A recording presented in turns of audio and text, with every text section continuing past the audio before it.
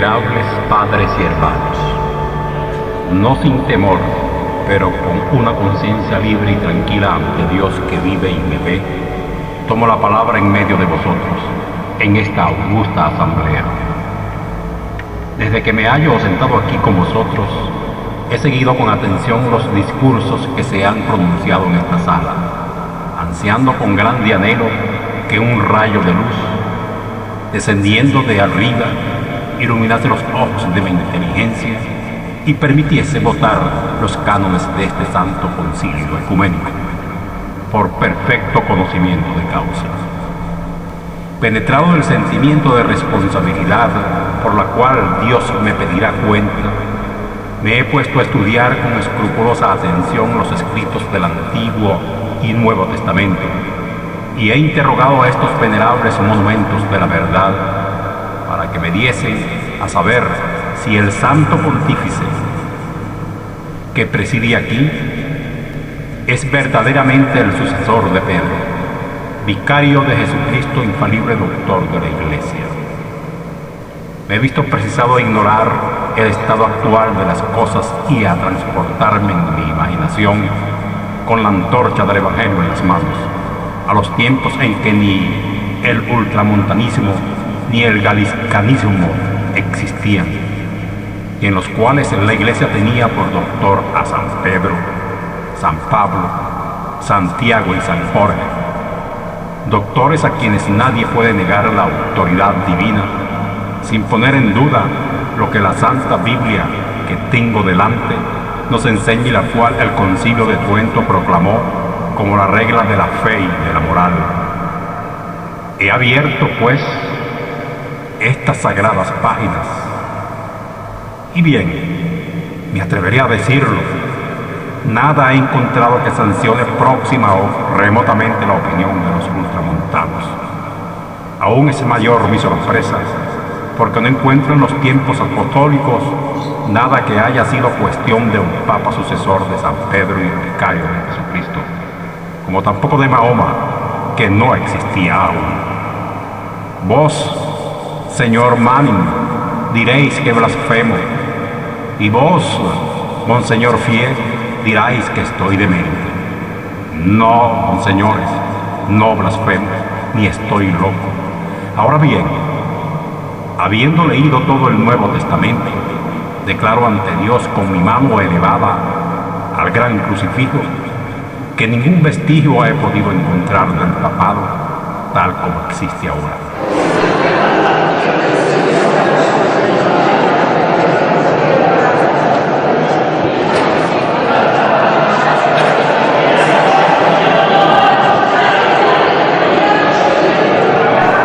No me rehuséis vuestra atención, mis venerables hermanos, y con vuestros murmullos e interrupciones justifiquéis a los que dicen, como el padre Jacinto, que este concilio no es libre, porque vuestros votos han sido de antemano impuestos. Y tal fue el hecho, esta augusta asamblea hacia la cual todas las miradas del mundo están dirigidas, caerá en más grande descrédito. Si deseamos ser grandes, debemos ser libres. Agradezco a su excelencia, Monseñor Dupanloup, el signo de aprobación que hace con la cabeza. Esto me alienta y prosigo, pues los santos libros, con toda la atención de que el Señor me ha hecho capaz, no encuentro ni un solo capítulo o un corto versículo en el cual Jesús dé a San Pedro la jefatura sobre los apóstoles, sus colaboradores. Si Simón, el hijo de Jonás, hubiese sido lo que hoy día creemos sea su santidad a Pío IX, extraño es que no lo hubiese dicho. Cuando haya ascendido a mi Padre, debéis todos obedecer a nuestro Simón, Pedro, así como ahora me obedecéis a mí. Le establezco por mi vicario en la tierra.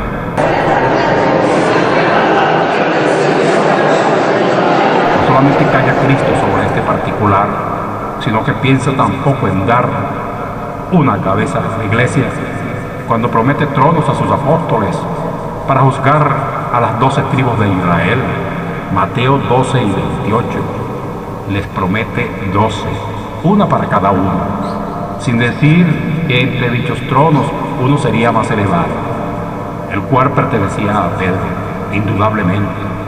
Si tal hubiese sido su intento, lo indicaría. ¿Qué hemos de decir de su silencio? La lógica nos conduce a la conclusión de que Cristo no quiso elevar a Pedro a la cabecera del colegio apostólico. Cuando Cristo envió a los apóstoles a conquistar el mundo, a todos dio la promesa del Espíritu Santo. Permitidme repetirlo. Si Él hubiese querido constituir a Pedro en su vicario, le hubiera dado el mando supremo sobre su ejército espiritual. Cristo, así lo dice la Santa Escritura, prohibió a Pedro y a sus colegas reinar o ejercer señorío o tener potestad sobre los fieles, como hacen los reyes gentiles. Lucas 22, 25 y 26. Si San Pedro hubiese sido elegido papa, Jesús no diría esto, porque según vuestra tradición, el papado tiene en sus manos 2 espadas, símbolos del poder espiritual y temporal. Hay una cosa que me ha sorprendido muchísimo. Resolviéndola en mi mente, me he dicho a mí mismo, si Pedro hubiese sido elegido papa, ¿se permitiría a su colega enviarle con San Juan a Samaria para anunciar el Evangelio del Hijo de Dios? Hechos 2:15. ¿Qué os parecería, venerables hermanos, si nos permitiésemos ahora mismo enviar a su santidad Pío IX y a su eminencia Monseñor Plautier al patriarca de Constantinopla para persuadirle a que pusiese fin al cisma del Oriente? Mas, he aquí otro hecho de mayor importancia.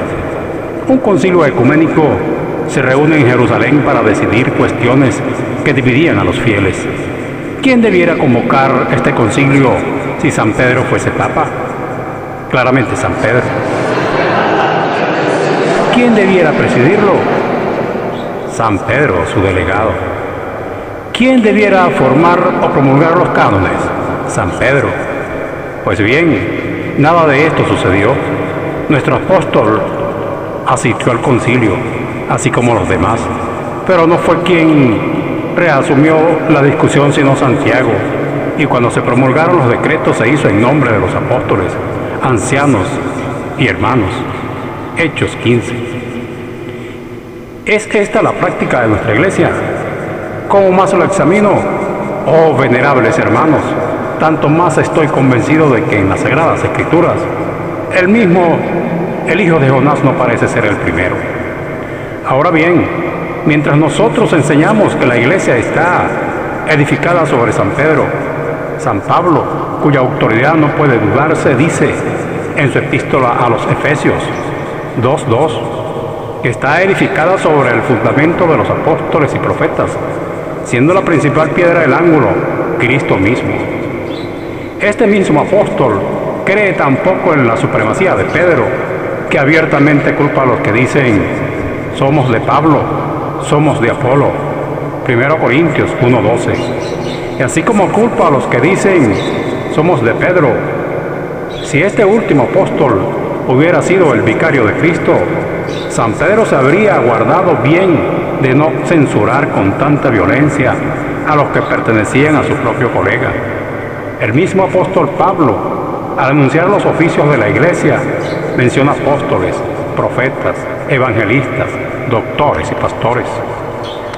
Es increíble, mis venerables hermanos, que San Pablo, el gran apóstol de los gentiles, olvidase el primero de estos oficios del papado. Si el papado fuera de divina institución, ese olvido me parece tan imposible como el de un historiador de este concilio que no hiciese mención de su santidad Pío IX.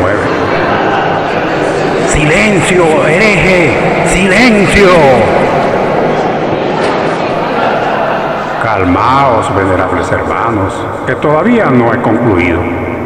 Impidiéndome que prosiga, manifestaréis al mundo que procedéis sin justicia, cerrando la boca de un miembro de esta asamblea.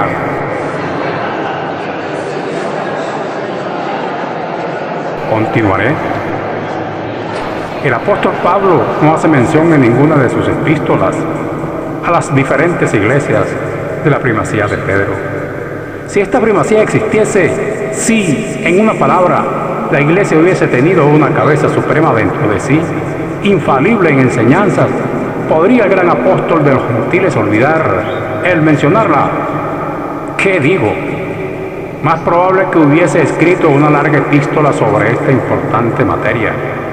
Entonces, cuando el edificio de la doctrina cristiana fue erigido, ¿podría, como lo hace, olvidarse de la fundición de la clave del arco?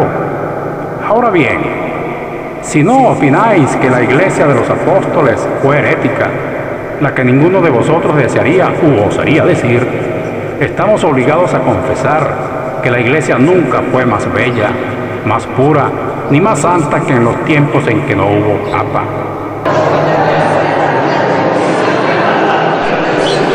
No es verdad, no es verdad.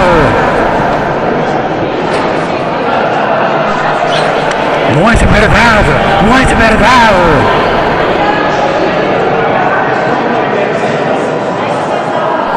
Si alguno de vosotros, mis venerables hermanos, se atreve a pensar que la iglesia que hoy tiene un papa por cabeza es más firme en la fe, más pura en la moralidad que la iglesia apostólica, dígalo abiertamente ante el universo, puesto que este recinto es un centro donde el cual nuestras palabras volarán de polo a polo. Prosigo. Ni en los escritos de Pablo, San Juan o Santiago describo traza alguna o germen del poder papal. San Lucas, el historiador de los trabajos misioneros de los apóstoles, guarda silencio sobre este importantísimo punto. El silencio de estos hombres santos, cuyos escritos forman parte del canon de las divinamente inspiradas escrituras, me parece tan penoso e imposible. Si Pedro fuese papa y tan inexcusable como si Thiers, escribiendo la historia de Napoleón Bonaparte, omitiese el título de emperador.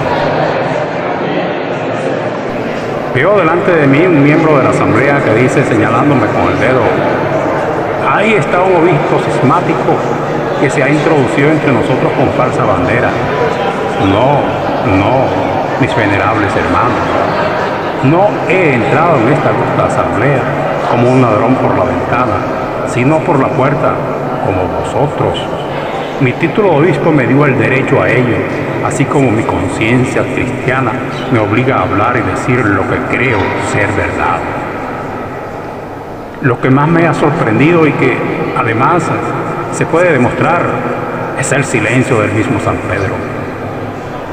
Si el apóstol fuese lo que proclamáis que fue, es decir, vicario de Jesucristo en la tierra, él, al menos, debiera saberlo. Si no lo sabía, ¿cómo sucede que ni una sola vez obró como papa? Podría haberlo hecho el día del Pentecostés, cuando predicó su primer sermón y no lo hizo. En el concilio de Jerusalén y no lo hizo. En Antioquia y no lo hizo. Como tampoco lo hacen las 2 epístolas que dirige la iglesia. ¿Podéis imaginaros a un tal papa, mis venerables hermanos, si es que Pedro era papa? Resulta, pues, que si queréis sostener que fue papa, la consecuencia natural es que él no lo sabía. Ahora pregunto a todo el que tenga cabeza con qué pensar y mente con qué reflexionar, ¿son posibles estas 2 suposiciones? Digo, pues, que mientras los apóstoles vivían, la iglesia nunca pensó que había papa. Para sostener lo contrario, sería necesario entregar la Santa Escritura a las llamas e ignorarla por completo. Pero escucho decir por todos lados, pues que no estuvo San Pedro en Roma, no fue crucificado con la cabeza abajo, no se hallan los lugares donde enseñó y los altares donde dijo misa en esta ciudad eterna. Que San Pedro haya estado en Roma reposa, mis venerables hermanos, solo sobre la tradición. Más aún, si hubiese sido obispo de Roma, como debéis probar con su episcopado, su supremacía,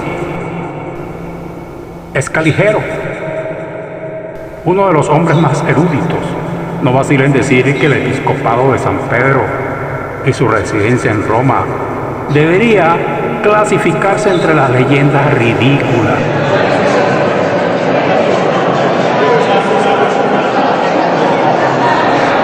¡Tapadle la boca! ¡Hacedle descender del púlpito!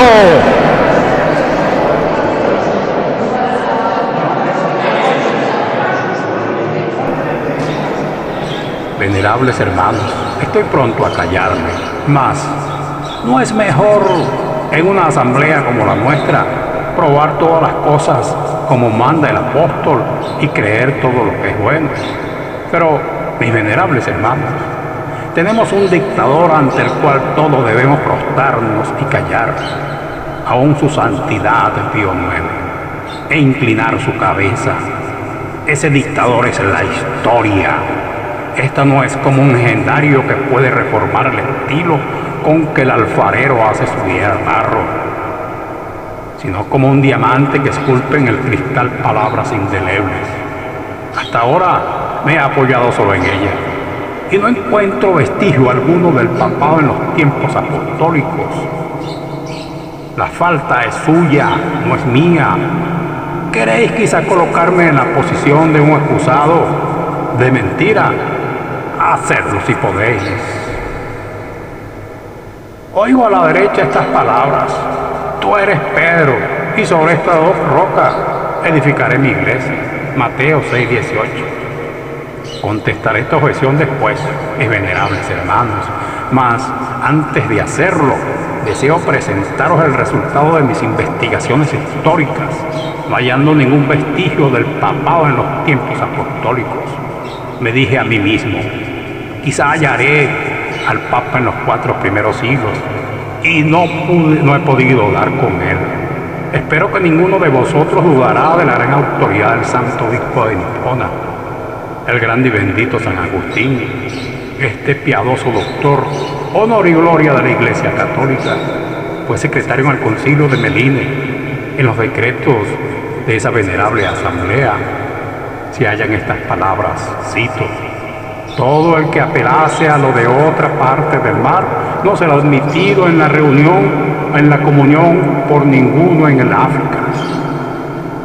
Los obispos de África reconocían tampoco al obispo de Roma, que castigaban con su excomunión a los que recibiesen a su arbitrio. Estos mismos obispos, en el 6º concilio de Cartago, celebrado bajo Aurelio, obispo de dicha ciudad, escribieron a Celestino, obispo de Roma, amonestándole que no recibiese a los obispos, sacerdotes o clérigos de África, que no enviase más legados o comisionados y que no introdujese el orgullo humano en la iglesia, que el patriarca de Roma había desde los primeros tiempos tratado de atraerse a sí mismo toda autoridad. Es un hecho evidente, y lo es también igualmente, que no poseía la supremacía que los ultramontanos le atribuyen.